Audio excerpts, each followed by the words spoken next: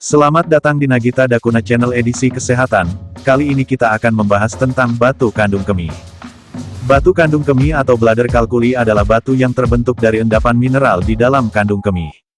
Saat batu kandung kemih menyumbat saluran kemih, akan timbul keluhan berupa sulit dan nyeri saat buang air kecil, bahkan kencing berdarah atau hematuria. Batu kandung kemih bisa terjadi siapa saja, termasuk anak-anak. Namun, penyakit ini lebih sering dialami oleh pria yang berusia di atas 52 tahun, dan risiko mengalami batu kandung kemih akan meningkat jika pria mengalami pembesaran prostat. Gejala batu kandung kemih. Batu kandung kemih bisa tidak menimbulkan keluhan atau gejala apapun. Gejala baru muncul saat batu yang terbentuk menyumbat saluran urin atau melukai dinding kandung kemih. Gejala yang bisa timbul saat kondisi ini terjadi antara lain nyeri dan rasa seperti terbakar saat buang air kecil, urin berdarah atau hematuria, urin lebih pekat dan gelap, sulit buang air kecil, tidak lancar atau tersendat-sendat saat buang air kecil, tidak nyaman atau sakit pada penis, jika terjadi pada pria, nyeri pada perut bagian bawah, terus-menerus merasa ingin buang air kecil, terutama di malam hari, lebih sering memompol, jika terjadi pada anak-anak. Kapan harus ke dokter? Segera ke dokter saat muncul gejala yang disebutkan di atas. Pemeriksaan sejak dini diperlukan untuk mencegah komplikasi akibat batu kandung kemih. Kontrol rutin ke dokter perlu dilakukan jika Anda didiagnosis menderita batu kandung kemih. Dokter akan memantau perkembangan penyakit dan respons tubuh Anda terhadap pengobatan. Penyebab batu kandung kemih. Batu kandung kemih terjadi saat kandung kemih tidak bisa mengeluarkan semua urin yang tertampung di dalamnya. Hal ini menyebabkan mineral dalam urin akan mengendap, mengeras, mengkristal, dan menjadi batu di kandung kemih.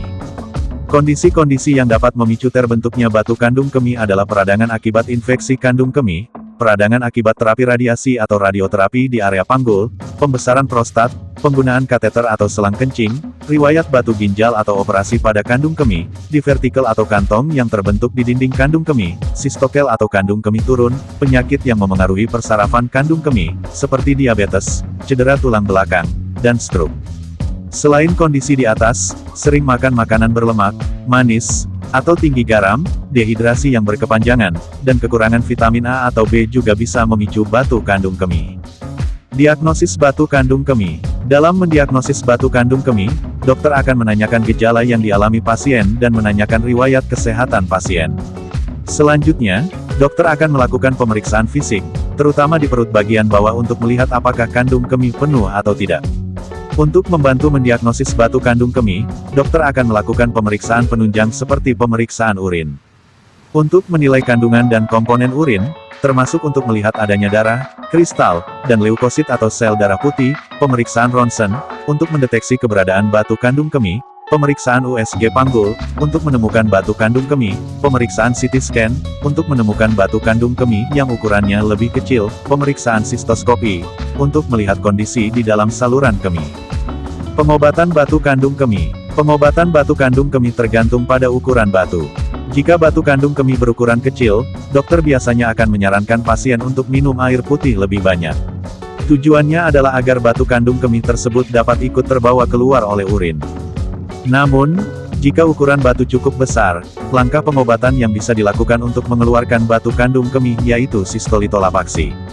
Pada prosedur ini, sistoskop akan dimasukkan ke dalam kandung kemih pasien.